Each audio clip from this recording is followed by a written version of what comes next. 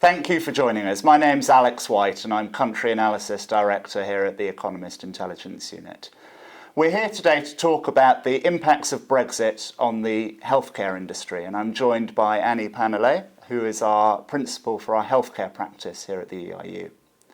So many of you know the context. The UK has voted to leave the EU. Our call is that this will lead directly to a recession in 2017. We expect a contraction in the economy of around 1% of GDP. By 2020, we expect the overall size of the UK economy to be 6% less than we would have expected in a pre-referendum scenario. So lots of impacts on many different industries, but particularly on healthcare, and that's what we'll discuss now.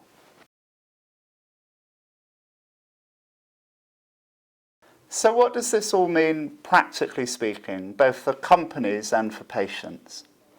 I think the immediate consequence of the UK leaving the European framework, especially for regulatory questions, would be that there would be a UK framework that would need to be devised, and the European Medicines Agency would have to leave the EU. Which means they would not be able to rely on the stuff from the UK, and a lot of the experts would have to stay in the UK. Two consequences. Firstly, that means that at the European Medicines Agency level, they would have a capacity question. The number of requests for approval would be as high, but they would have less people to deal with it.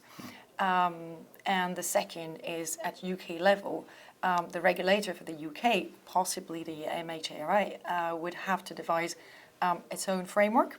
Companies would have to deal with the European process, the UK process, and the risk for both angles would be a slowdown in the approval and the thorough examination of the applications. Eventually for the patients that may need that they've got delayed access to innovative technologies. Right. Thanks very much indeed, Annie. Very, very interesting stuff. If you'd like to know more, please email us at the address below.